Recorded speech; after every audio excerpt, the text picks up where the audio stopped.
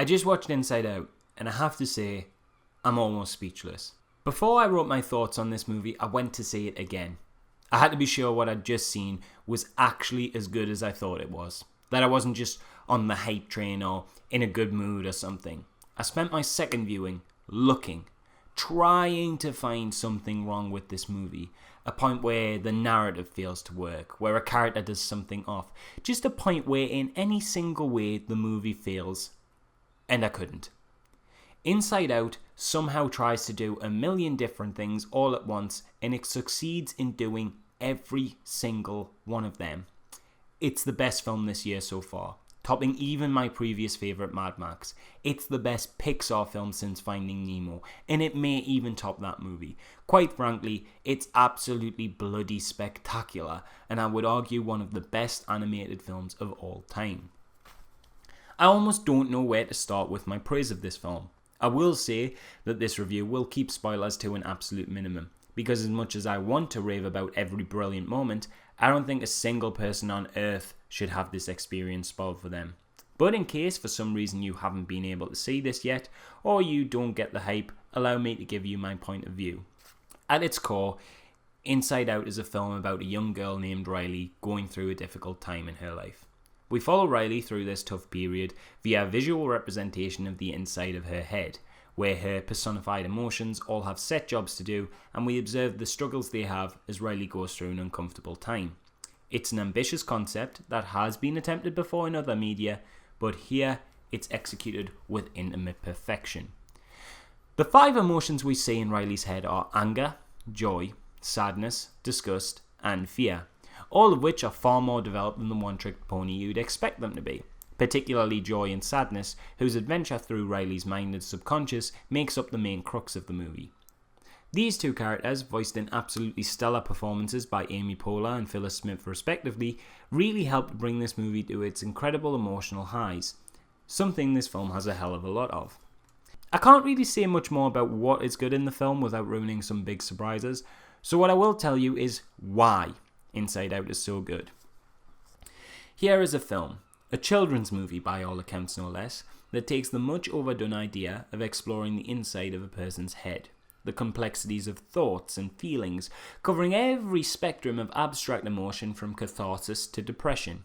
And it doesn't just match the standard of some of the best adult targeted movies covering the same idea, it surpasses them, laps them, and then reverses over the finish line to be declared the winner, while other movies tackling these issues struggle to keep up.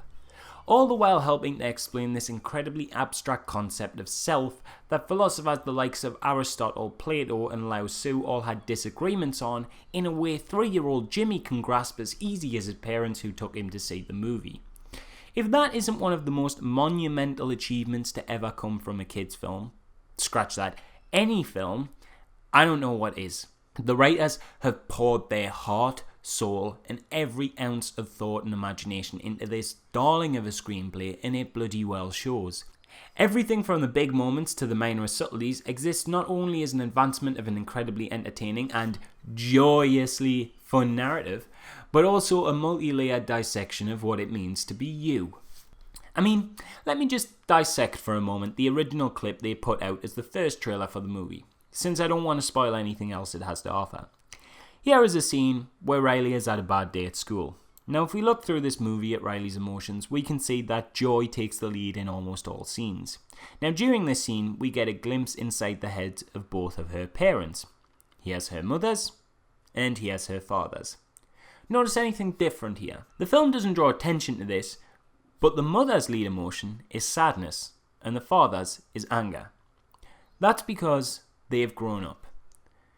There's so much to be read in that subtle little touch. Is the film making this out to be a bad thing? What does this say about growing up in general?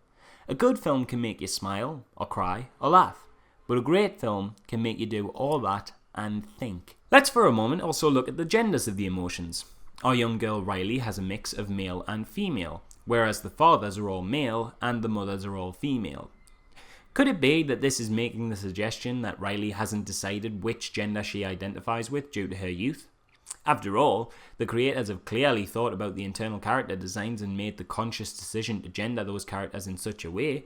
Yeah, maybe I'm looking too much into it, but the fact that a film that is certified U can make me question all of this at such a complex level is evocative of how maturely this film uses symbolism.